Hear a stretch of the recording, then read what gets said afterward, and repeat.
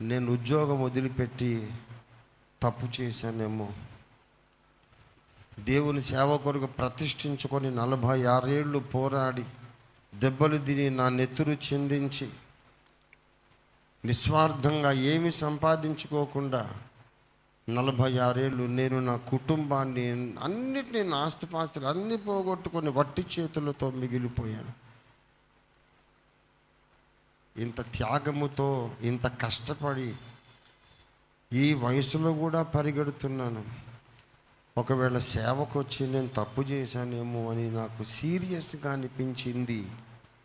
నోరు జారటం లేదు, నా హృదయపు లోతుల్లోంచి మాట్లాడుతున్నాను. ఎందుకో తెలుసా? వేల కొద్ది ప్రసంగాలు చేశాను, మీకు తెలుసు. అనేక విషయాల్లో నాది వరల్డ్ రికార్డు. 4000 పెళ్ళిళ్ళు చేసినాడు ఎవడు లేడు. అందులో 400 కులాంతర వివాహాలు సొంత ఖర్చుతో చేసిన వాడేవాడు లేడు. 126 బైబిల్ చదువుతున్నా, చాలా తక్కువ మంది ఉంటారు. అనేక విషయాలలో నాది వరల్డ్ రికార్డు. ఇంత కష్టపడి సేవ చేసి ఇంకా పెద్దవాడైనోడు ఒక్కడు కనపడట్లేదు. పెద్దవాడు ఏంటండి, అన్య భాషలు మాట్లాడుతున్నారు కానీ ఇంకా పసికూనలే. ప్రవచనాలు చెప్తారు, ఇంకా ఎదుగుదల లేని పసిపిల్లలే. ఉపదేశములు ఐశ్వర్యవంతులంటే అర్థమేంటి తెలుసా? బోల్డ్ అని ప్రసంగాలు తెలుసు, చేస్తారు, అయినా పసిపిల్లలే. చాలా జ్ఞానం సంపాదించారు కానీ ఇంకా పెద్దవారు కాలేదు.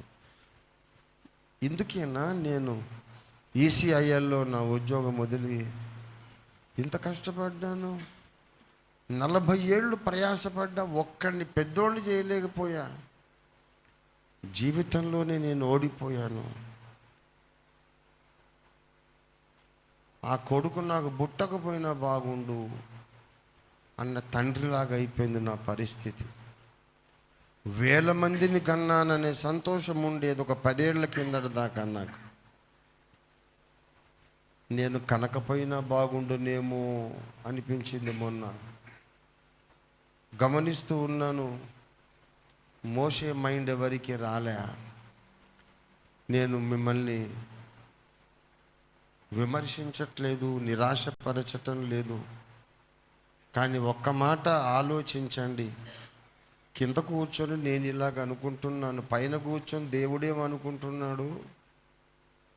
అది కదా ముఖ్యం. ఆఫ్టర్ ఆల్ రంజిత్ తోఫీ రేపాటి వాడు, మట్టి పురుగు, వాళ్ళు ఉంటాడు, రేపు రాలిపోతాడు.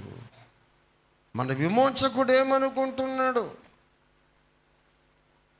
మన విలువలు మారలేదు, మన అంచనాలు మారలేదు, మన ప్రిఫరెన్సెస్ మారలేదు. ఆయన సంతోషిస్తున్నాడా? వీళ్ళ కొరకు నేను అనవసరంగా ప్రాణం పెట్టాను అనుకుంటున్నాడా? నా తల మీద ముళ్ళ కిరీటం, కాలు చేతుల్లో మేకులు, ఒళ్ళంతా కొరడా దెబ్బలు, చిత్రవదలు అనుభవించింది వీళ్ళ కొరకేనా? ఇంత చేసి లోకస్తులలాగానే ఆలోచిస్తారు, లోకస్తులలాగానే మాట్లాడతారు. ఇందుకా నేను వాళ్ళ కొరకు బలి అయింది అని ఆయన అనుకుంటే మన పరిస్థితి ఏంటి? నేను అనుకుంటే పర్వాలేదు. ఒకసారి మీకు మీరు సమాధానం చెప్పుకోండి. వీళ్ళ కొరకేనా నేను నా ప్రాణం పెట్టాను అని ఆయన ఒక కన్నీటి బిందువు రాలిస్తే మన పరిస్థితి ఏంటి? నిత్యత్వంలో సిగ్గుపడమా మనం? సీరియస్ మైండ్ లేదు. నేను పెరగాలి, నేను మారాలి, నా ఆలోచన మారాలి అనే చిత్తశుద్ధితో కూడిన ప్రయత్నం ఉంటే తప్పక మనమందరం మోసేలాగా అయిపోతాం.